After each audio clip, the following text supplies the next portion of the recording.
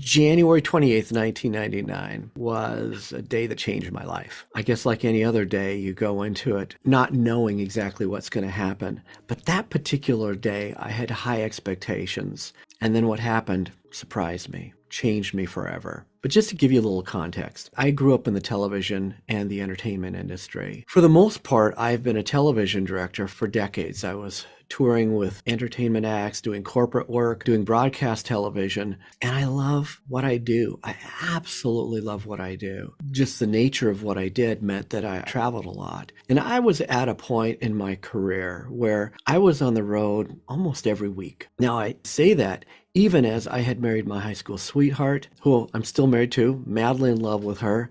We had 5 kids, but the nature of my work had me at a place where I had become somewhat of a absentee father and absentee husband. I'd show up at all the right times and do what I believed were the right things and provided well for the family, but I wasn't around. And I did not realize completely what the cost was, but I had a stirring in my heart that said I needed to change. And then a friend approached me. He said, "Have you ever thought about doing a documentary project?" I said, "Well, yeah, I have. In fact, I've done a lot of long-form video production work, but never a self-produced documentary project." He said, "I've got an idea, and let's develop it."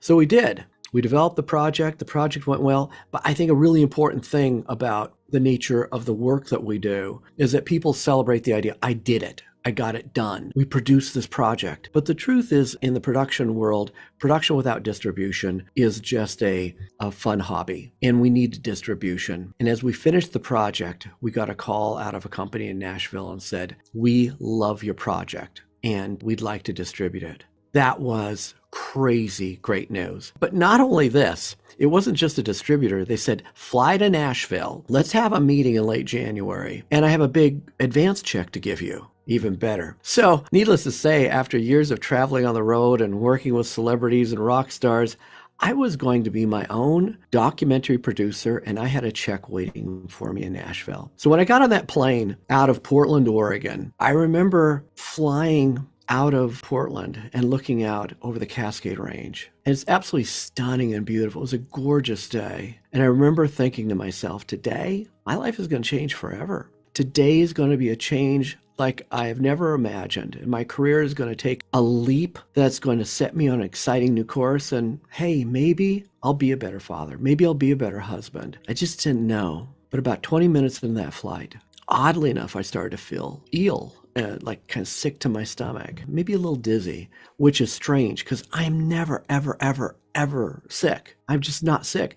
And I'm flying all the time. So to have this type of sensation was so new and so foreign to me, I obviously got concerned. And I remember sitting there and I was with my best friend. He was on his way to Nashville, Timothy. He's a gospel singer, one of the greatest gospel singers in the world, actually. And he's going to Nashville too. And I don't want to say anything to Tim, but I began looking in the seat in front of me. And there was the bag, the sick bag. And I remember thinking, no, not the bag. But the more I fixated on what I didn't want to happen, the more things started to collapse in around me. It's as if I was starting to see through a tunnel, and I started to feel tingling. And it got so bad, I turned to Tim. I said, "Tim, something's not right." And that's the last thing I said. Before my eyes rolled back in my head, my arms flopped by my side, and my heart stopped. Now, at first, Tim wasn't sure if I was joking or what, but he recognized, he could see what was happening in my body and my skin. And interestingly enough, just 2 weeks before this incident, Tim had been in a situation where he witnessed someone having a heart attack. And he said it looked just like that scenario. The body, the way you flopped, the way you were laying in the seat. So Tim, not knowing CPR though, knew about doing chest compressions. And he began reaching over into the window side of the plane, just doing chest compressions. Now, just for context also, know this. I'm a little Irish guy. I'm not a tall man, but Timothy's built like an NFL linebacker. So when Tim is reaching over me and pounding on me in the chest, it created quite a scene. Then, as Tim describes it to me, nothing happened. I didn't move. I didn't respond. So Tim literally picked me up and put me in the aisle in the middle of the plane and began beating on my chest and beating on my chest over and over again. Still nothing. And again, according to Tim's account, he pulled back his fist fully prepared to break my ribs now. And as he pulled back his hand, I took a breath. Now, just on the physical side, of course, the whole episode was very disturbing to the plane. And it ultimately resulted in the pilot making an emergency landing in Rapid City, South Dakota. Rapid City, which is a great community, but not equipped for having sudden surprise airliners plop in their town. We were greeted by ambulance and I was rushed to the hospital. They began doing a battery test, thinking for sure I had a heart attack, but they couldn't find anything. In fact, the only thing they could find was that I was extremely dehydrated. So after about 3 hours of observation and pumping me with fluids, they said, we're going to release you. And they let me go. So Timothy and I found a spot at a little motel about 4 blocks away from the hospital. We spent the night, and I immediately plotted my plan, despite what crazy thing happened, to get to Nashville to get that check. Well, I did get that check. Immediately came back to my cardiac wing in Portland, where they did a series of tests. And they diagnosed me with malignant neurocardiogenic syncope. Basically what it means, it's malignant. You can die from it. Neuro's brain, cardio's heart, and syncope means out of sync. The only way they can prevent it, they don't know what causes it, but the only way they can prevent it is to put a pacemaker in your chest. And in fact, I still have my first pacemaker. I'm now on my 3rd one now because I have to change the batteries out. But that little baby went into my chest, and along with the death experience, which I'll explain in more detail, it means that this thing had to go off at least a half a dozen times a day to keep me alive. And the combination of my death experience and facing the possibility of death every day has changed me forever. Now, all the stuff that's happening on the outside in this dimension looked like a medical emergency. Tim was panicked. The plane was panicked. But let me tell you how I felt. I remember turning to Tim and saying something's not right. But the minute I closed my eyes, I crossed over from the threshold of the dimension of time to the dimension of eternity. And I entered a space that, in all honesty, I was terrified at the prospect of entering. Now, a little bit more context. The way I grew up as a child, I grew up in a religious home. My father, whom I love, he's passed away many years ago, and he tried, but he was very, very, very abusive. Physically, verbally. And I think like a lot of us, any authority we have in our life, particularly parental authorities, we superimpose that idea of however it's manifested as authority or love or discipline as to what we perceive God is. And even though I said all the right things in school and church and, God loves you and blah, blah, blah, blah, and all that stuff, deep down I believed that if the day ever came that I would come face to face with God, I was going to get a finger in my face. And it was going to sternly tell me, you failed. You messed up so bad. You are such a disappointment. You could have been something if you'd lived up to your potential, but you didn't even come close. I could say there's hundreds of lies just like that. But I was so convinced that despite whatever outside religious declarations I could make about God's goodness, deep down I felt that I was going to face a hideous and mean-spirited God that was going to tell me how horrible I was. But that's not what I experienced. When I crossed over, and I can't tell you, was I in heaven? I can't even tell you where I was. I mean, it's not one of those things where you cross over and some people say, oh, I saw golden streets, and maybe there was a yard sign that says, welcome to heaven, or something like that. It was an angel.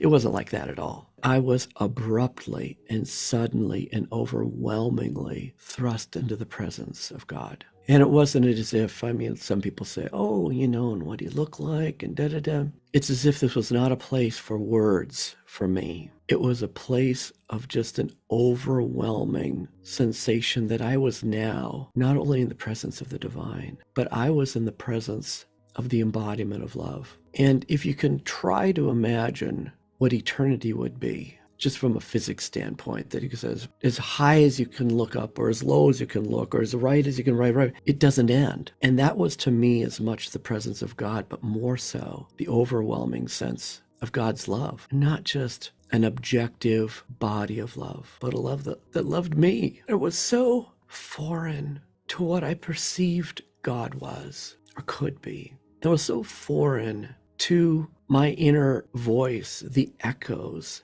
that ripple through our head from the lies that are told to us as children about our inadequacy and our unworthiness and our lack of value. And I recognize that, yeah, I'm loved, that God sees me as a miracle. And maybe more important is that it's not just me, it's that he recognizes you as a miracle. And that God doesn't just know us. God doesn't just like us. God doesn't just love us, but the creator of the universe is madly in love with you. And the creator of the universe is your biggest cheerleader, your greatest friend, your closest partner. And every tear you've ever shed, he shed with you. Every hope you've ever hoped, he's hoped with you. Every dream you've ever dreamed, he's dreamed with you. And he's been cheering you along every second and every breath of your life. That connectedness, needless to say, overwhelmed me. The other thing that was so stunning about that experience was the recognition that I had crossed over